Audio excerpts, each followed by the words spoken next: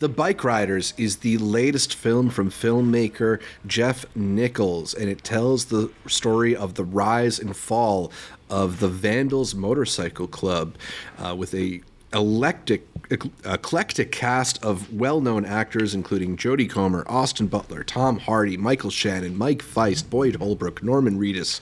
I'm losing breath just trying to get through this cast list. Yeah. There's so Now many go through the more. bikes.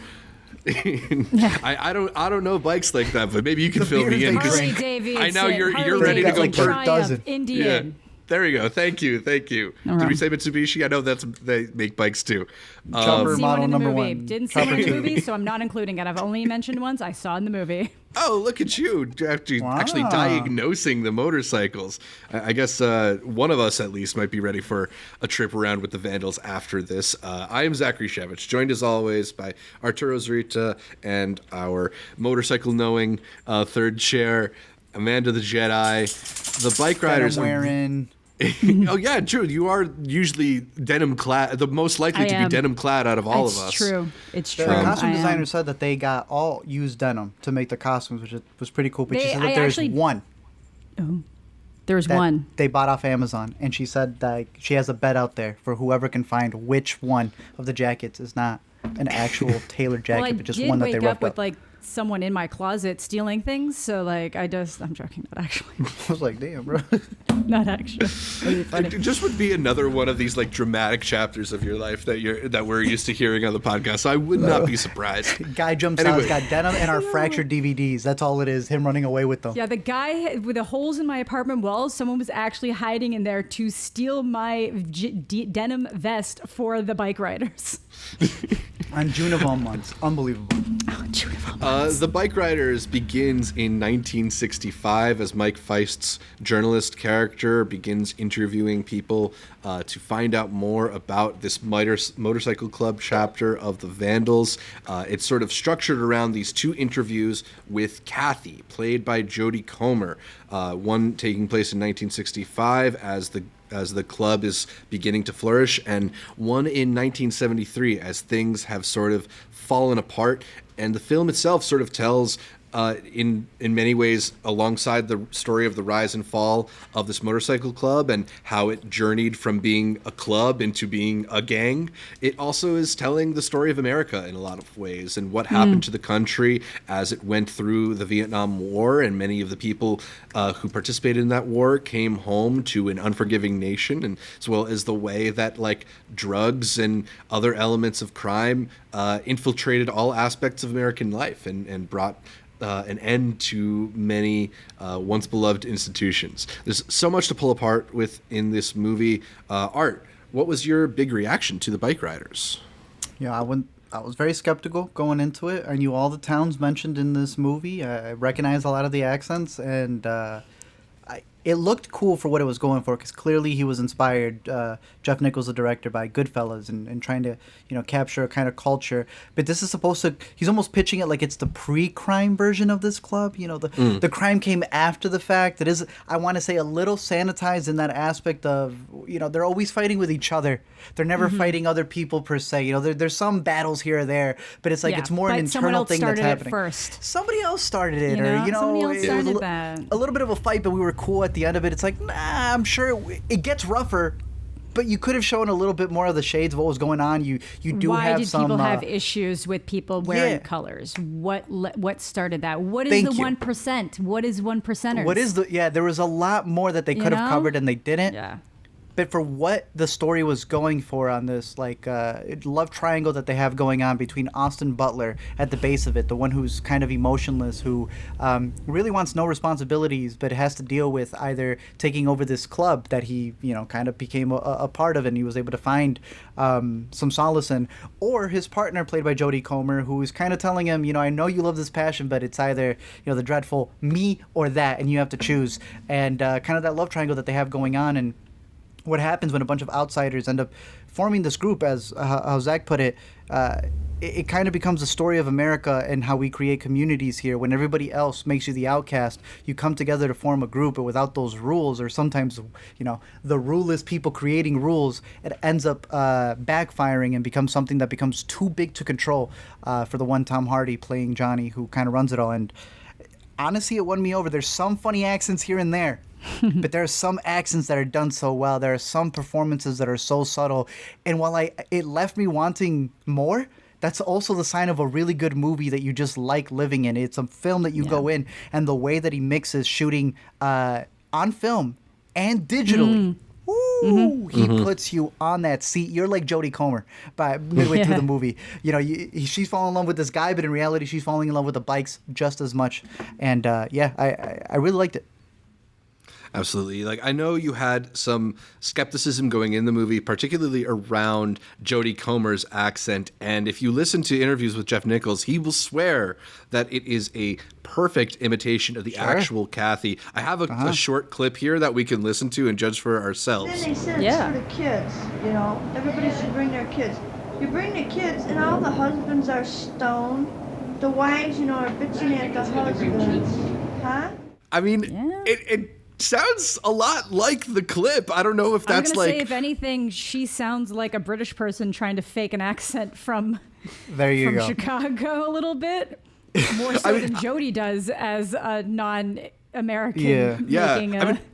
Jodie is very good with her accent work. Yes. So I would add this to the resume for sure. I think she does a pretty remarkable job. I do think it is kind of like a strange and sort of goofy voice to anchor your like contemplative biker movie around. You know, a lot of times a lot of times we are pulled away from the action of the Vandals to like sit in Kathy's living room with her and Mike Faist as she, you know. I don't know. Do you have a name for people with like in Pennsylvania? We refer to people who have that kind of Pennsylvania accent as Yinzers. Is there like a good like Chicago name? Just Minnesota, Midwestern, Wisconsin. I did. It sounded more Wisconsin. I want to say from the inflections that she has, because it's like from the recording that you played to what she does. That's a tired woman, and then what Jodie's playing is very chipper, always going up, and I think that's where the subtleties in like obviously, you know, someone can hear someone do a British accent and not know the intricacies of it and think like, oh yeah, that's perfect. I think for the parts that she was able to mimic, which were, you know, whenever Mike Faist is recording her, she's able to do it. She's a chameleon. She's able to replicate exactly what's happening. But it's kind of like a Capote thing, where the moment you hear that man's voice of Truman Capote, you're like, wow, there's a man who sounded like that. And any attempt at trying to replicate that becomes kind of it stands out for an audience. I think the moments where she's mimicking, you know, exactly what was in a recording, she does a decent job. But when she has to freestyle it, because I think like 70% of the script is an original story by Jeff Nichols, that's where it's an interesting play on where is she going to decide where the inflection's going to go. Because, you know, I mean, y'all have heard me talk. That's a Chicago thing. It's just like there's inflections in the weirdest of places. That's just something that comes from the Midwest. And she has to decide later. It's almost kind of like... I won't even go down that route, but it's just, you know, she needs to decide where the randomness is going to be. But it was a little awkward for me at times, but her performance is so damn good. I've been saying it's just like a funny hat on a really good performance. It does not take away from it. Maybe it stands out a little bit. There's like a continuity error in the background. There's like a PlayStation that shouldn't be there at this point in period of time, or a poster. But she still lives up to it, and I thought she did a really good job with it. Awesome. Yeah, there are amazing actors all throughout the cast. Amanda, was there anybody in particular, or was it Jodie that stood out the most to you? She has like one moment that does really, really stand out to me, and it's like the most harrowing moment of the movie. Yes, where, red dress. Like, things really start to the red dress scene where things really start to flip. So that one definitely stands out. But overall, it is just the way this like cast of characters kind of integrate with each other, and how it does so much of the conversation does feel like they're just talking to some dude who's recording their stories and everything. I think Tom Hardy really obviously was a standout in this, and I liked Austin Butler's character a lot, and I guess maybe I thought we were going to get a little bit more focus on him, but they really do just kind of let him stay this enigma where two people who love him so much and he loves them both kind of walk away not realizing what this person would be and what choices they would make in terms of what's important to them. Like, you know, Tom Hardy presents him with something and he is like shocked that he isn't just instantly taking it, you know, even though he does love it so much. It's just interesting that this character does just kind of he is kind of like that American wanderer that, you know, and this is just the group that he's saddled up with, and what it means. Without a cause? God. Absolutely. Yes. I mean, that's also the Wild Bunch quote, right? They show us a moment in which Tom Hardy's character is sitting in his living room and watching the Marlon Brando movie that served as inspiration for so many of these motorcycle gangs.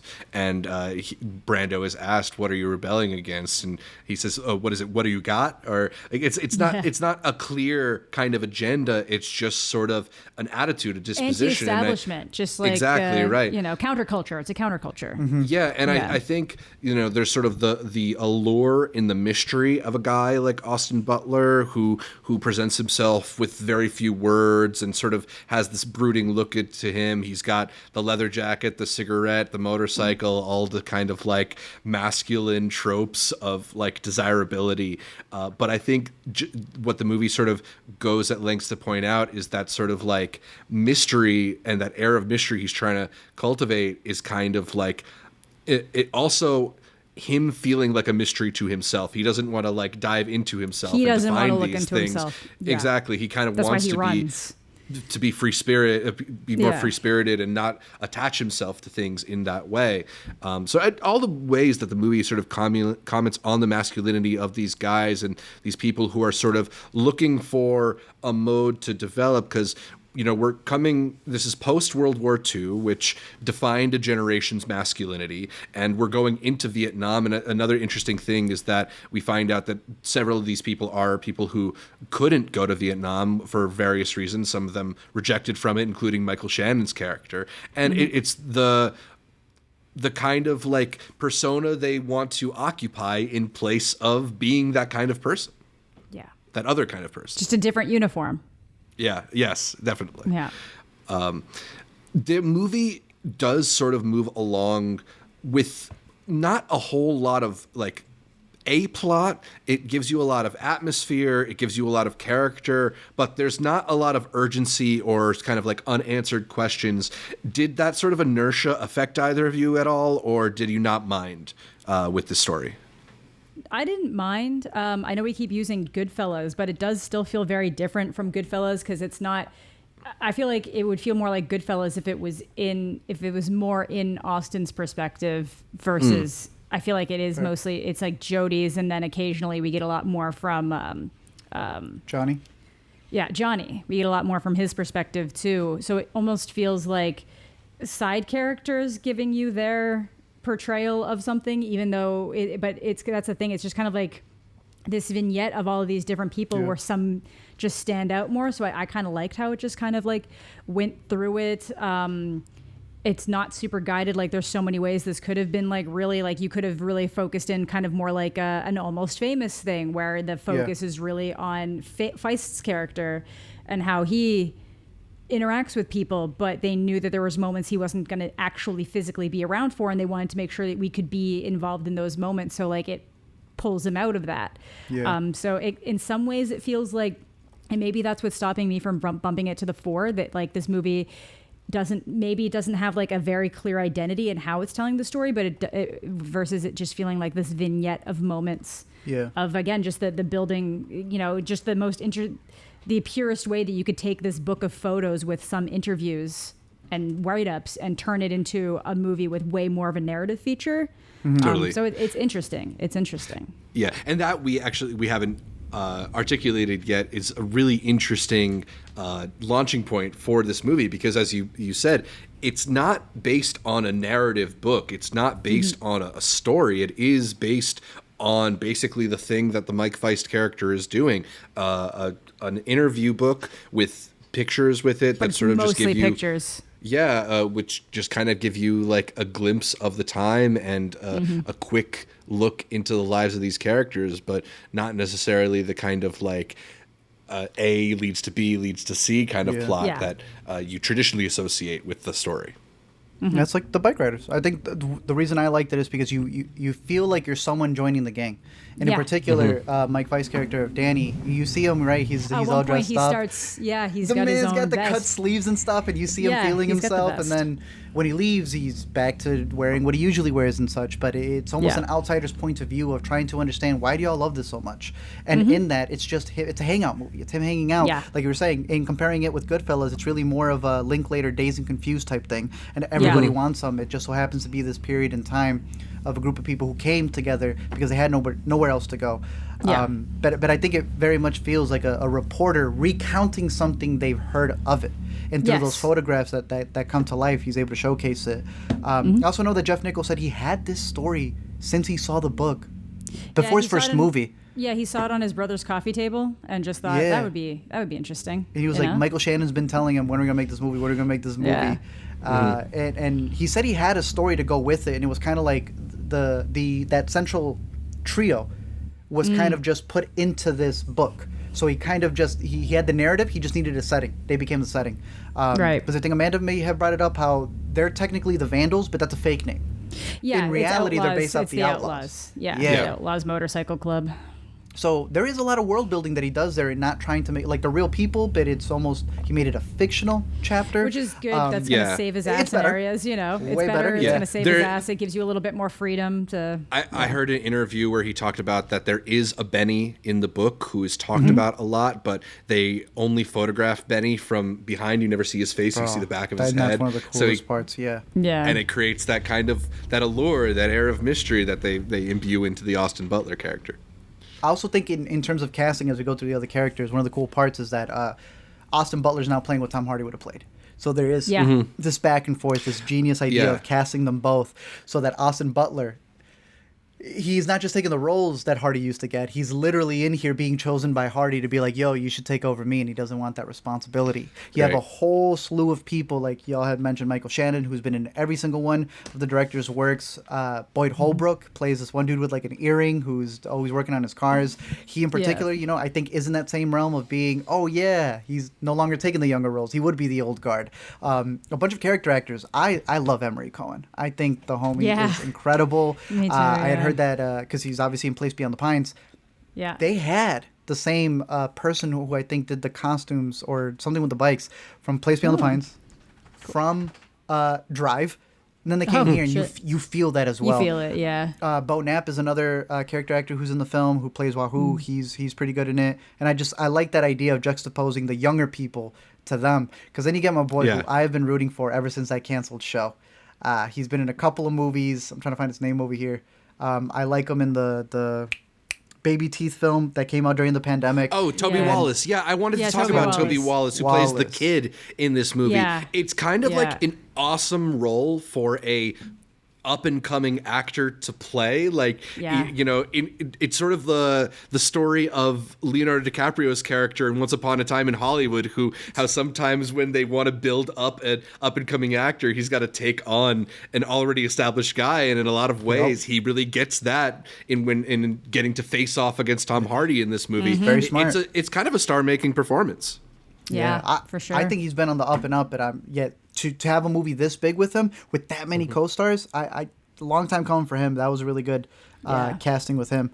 You know who I really loved in this movie, who's somebody, one of those kind of that guys, I didn't know his name, but I made sure to look it up as soon as credits rolled, was Damon Harriman, who plays Brucey. Brucey. The movie takes like a bit of a turn once Brucey leaves it, but I thought he was such an interesting presence, kind of working alongside Tom Hardy as almost like his like translator in some ways. I realized I recognize him from The Nightingale. He's one of the evil soldiers in The Nightingale. But he's a really good actor. Oh, wow. But yeah, it's just littered, like even those from the top name people to the more the harder to recognize character actors, people like Carl Glusman, people like Happy Anderson, I think get a real awesome opportunity to shine in parts of this movie. Yeah. And then Norman Reedus coming in as Norman Reedus. I didn't even recognize him at Goofy, first. bro. The teeth distracted me. They were distracting, but my whole theater definitely caught it. And I just I made a joke in Letterboxd and then realized that someone else had already made the similar joke of that he wasn't even supposed to be in the movie. He just showed up on set and wouldn't leave. Just like. I mean, it's kind of his character too. He was like a motorcycle. He said he walked around with the teeth. I'm like, bro, you ain't got to do that. He said he had glasses that he just took from somebody to look cool, and they were prescriptions, so he can't see throughout the entire movie either. Oh god! But he adds to it because he's almost he is from the rival gang. But he comes in and he goes, "Damn, yo, you know what? Y'all are really cool. I'm gonna hang out with you guys." And again, that's like the whole point of the movie is like, no matter who you are. You can be Kathy's character who doesn't like hanging out with these guys because she walks in white pants that first bar night and comes out like she just went through a mechanic shop. You have, what's his name, who doesn't want to follow any rules, and Toby Wallace's character, but he wants to be a part of it. They want to extend all these chapters. Even the rivals come in from Norman Reedus, and they want to just hang out with them. And I think that's the main selling point that they have for the audience and why it worked for me so well. Yep. Definitely. Yeah. We talked about it briefly before, but a sort of love triangle of sorts emerges as the film moves along, and maybe we're diving slightly into spoiler territory here if you haven't seen it, but Tom Hardy is in charge of this motorcycle club, the Vandals, but he's getting up there in age. I thought it was a really interesting detail when you start to see all of the older riders taking cars instead of taking their bikes. And as he sees himself kind of on his way out of this lifestyle, he hopes to find somebody who can take his mantle as the kind of figure who would elicit respect. Not just somebody who wants the job, but somebody who, as soon as they would step into the job, would command the kind of attention and deference that you need to run a gang full of tough bikers. Yet, it's not something Austin Butler's character is willing to do. Yeah, with him, I don't even know if it would be the respect in the same way Johnny commanded respect. I think it's literally just because like they know he would he would put his life at risk for any single one of them. So it's really more like because he'll do it, we'll do it. Whereas Johnny's role did feel a lot more like respect until it didn't anymore. Right. But I also don't know how good Austin Butler would have been in that role if he had actually got it either, just because he was so quick to. He's the dog, not in a bad way, but he's the loyal dog. He's the dog that's not trained right. He's going to bite you, but he's loyal to a fault. That's not necessarily a leader, but I get why he wanted him to take over. And if anybody had the chance to do it, it would have been him. Good as a soldier, but not as a general. Right. That's exactly it. Yeah. Both Johnny and Kathy want to see him kind of grow up, and they want to see him grow up in different ways. Johnny in seeing him take on more of the responsibilities for the club, and Kathy seeing him grow up and settling down and not involving himself as much in the club. But he has this resistance to it. He doesn't want to be tied down. He is just too attached to the freedom of it until he kind of is forced to reckon with the lifestyle. And this is diving even further into the movie, but we get the sort of disillusion of everything and everything breaking up, whether that's different characters meeting violent ends, certain characters just moving on to greener pastures, becoming motorcycle cops or what have you. But the final confrontation, as we mentioned, is between Toby Wallace and Tom Hardy's characters, where Tom Hardy brings a knife and doesn't realize he's in a gunfight. What did you think I didn't realize he was in a gunfight, man. Oh, shit. What did you think of those final moments? I jumped. Yeah. It's sudden and shocking, but I think it's such a effective representation of the way that culture just kind of became more violent again, right? Yeah, like this is sort of the thing it. that the thesis statement of the movie, in that like this thing that we think we have certain rules established, but we're no longer playing by those rules. This is a new America that we're launching into, and it's a dangerous America. Yeah. You brought up Once Upon a Time, and I think that goes well with this one as well. That it's not so much a narrative as it is like the capturing the times, and yes, in particular, like both of the movies take place in 1969. Is this idea of like what is this subculture of these bike riders, these outcasts, and then what was Hollywood, and how right there at the end of the 60s leading into the 70s is when things really drastically changed for them in particular. Is this idea that if you're always getting outcasts, at a certain point that young group that Hardy said, you know what, Austin, they all want to be you. Yeah. But the younger group after that, the ones who were coming back from Nam, the ones who they even start splitting people, not even in terms of like colors, but in like, what do you smoke? What do Yeah, you drink? dope What smokers is it that and you beer do? drinkers. What is your pastime? Because at that point, that was part of what was dividing them, because all of them were choosing a vice from whatever they were running from. And at a certain point, you know, it really was just a bunch of people who had issues, and this wasn't a place. It was a place for them to meet, but not a place for them to fix it. It had just enabled them even more, and that's also the turn of what ended up happening. It also honestly reminds me a lot of American History X in similar ways. Very good one. Like rather than starting That's the from follow-up, like almost. That's what I mean. Because American History X is trying to do the reverse. It is trying to pull you out the other end and then showing how like the hate is cyclical, and just because you've come out the other end, the consequences of what's built up is always going to be a thing. And that's kind of what you see in this movie. The consequences of what you didn't keep in control is what you were dealing with now. Those fires, So and like literally, honestly, some shot for shot moments, kind of like towards like with in terms of how some things end, it feels very similar. But yeah, it does. It's just that whole idea of like, where do people who feel like they don't belong go when they're coveted by things? And that's, we kind of see, we aren't in the group of the people that are being coveted by worse things. We just see them start to appear. Yeah. And our group just doesn't know how to handle them anymore. Definitely. Yeah. Yeah, I thought it was also a really interesting sort of arc for the movie to play in talking about how Kathy says that she only saw her father cry twice, and her father talked about how men shouldn't cry, and how she had never really seen Austin Butler's character, Benny, cry. The one time he came close was when he thought he was going to lose his foot and wasn't able to ride again. And then sort of bringing that arc to a close with Benny, again, towards the end of the film, finding out about Johnny's fate and then returning and crying on her shoulder. Just a really interesting comment on masculinity through the years. And I think you can even extrapolate that to be about how the new generation is more willing to acknowledge their feelings and talk about their feelings, and just the evolution of that. But, you know, just another one of these like arcs that even don't present themselves like the main arcs of the story, but that help bring a sense of closure to this film. I think there's a lot of stuff like that works really well. You know, we keep mentioning the relationship between this film and Goodfellas. There's a lot stylistically, whether it is that kind of narration that holds everything together, the freeze frame over the title screen, similar to Goodfellas, and even just its interest in the time period and drugs and all sorts of comments on America. I thought it was also interesting, even just coincidentally, that a lot of the visual look of this film is inspired by The Outsiders. Kind of funny, given that is also right now a Tony Award-winning musical on Broadway. Just a very strange coincidence.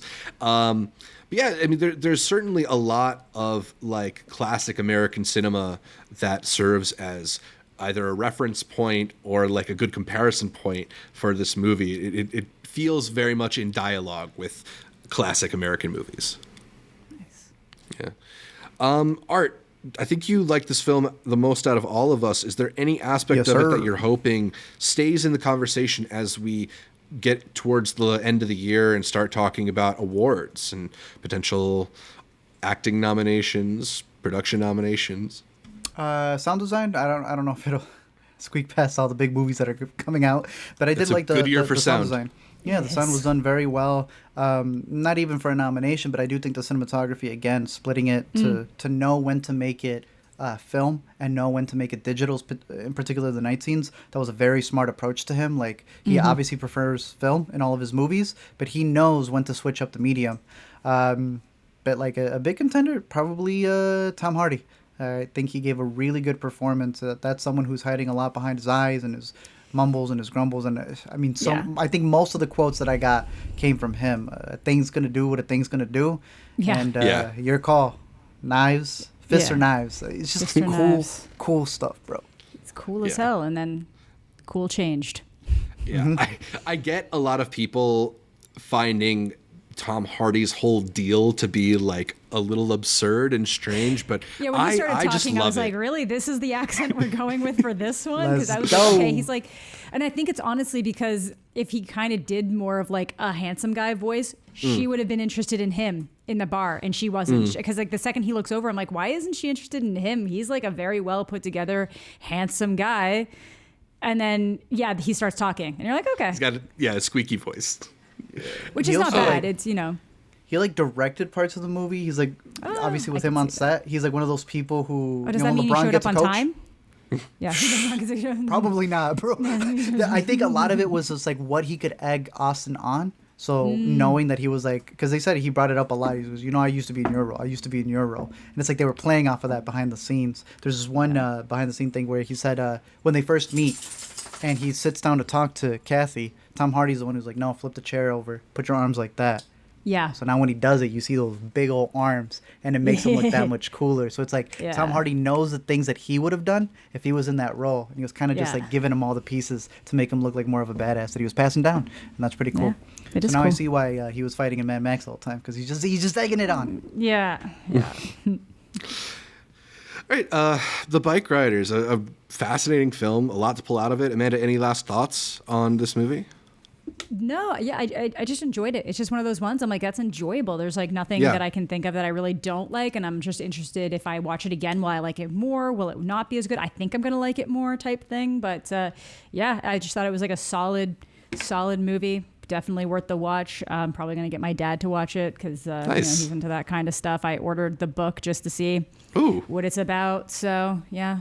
Sick. He's not a big reader, but I figure maybe I'll be able to get him to read little blurbs about people. And Pictures. That might, there's Definitely. pictures. It's mostly pictures. Yeah. Yeah, and a little preview of our upcoming video. But Art, you got this one in our best movies of the year list that we're going to talk about in a little bit. Yeah. I know this was supposed to come out in December. It had a late. Yeah, is that why it's listing as a 2023 movie, even though no one would have seen it in 2023? It played Telluride. Oh, Which, I thought it premiered at Con. Great festival, and it showcased at Chicago Fest here too. So, I think that just showcases that they went from a winter release to a summer release. It's a perfect winter movie. It's a perfect summer movie. That means it's an all year round type of pick. So that's why it's in my top 10 so far. Yeah. I have a feeling this is a movie that's going to grow on me. I think there's a lot of really interesting things layered in it. I think there's aspects of it that felt a little bit like lacking momentum, particularly for a movie about motorcycles and big engines. I wasn't feeling that driving force as much, but there's no challenges. Yeah, it's not challenges. It's not going at 120 beats per minute.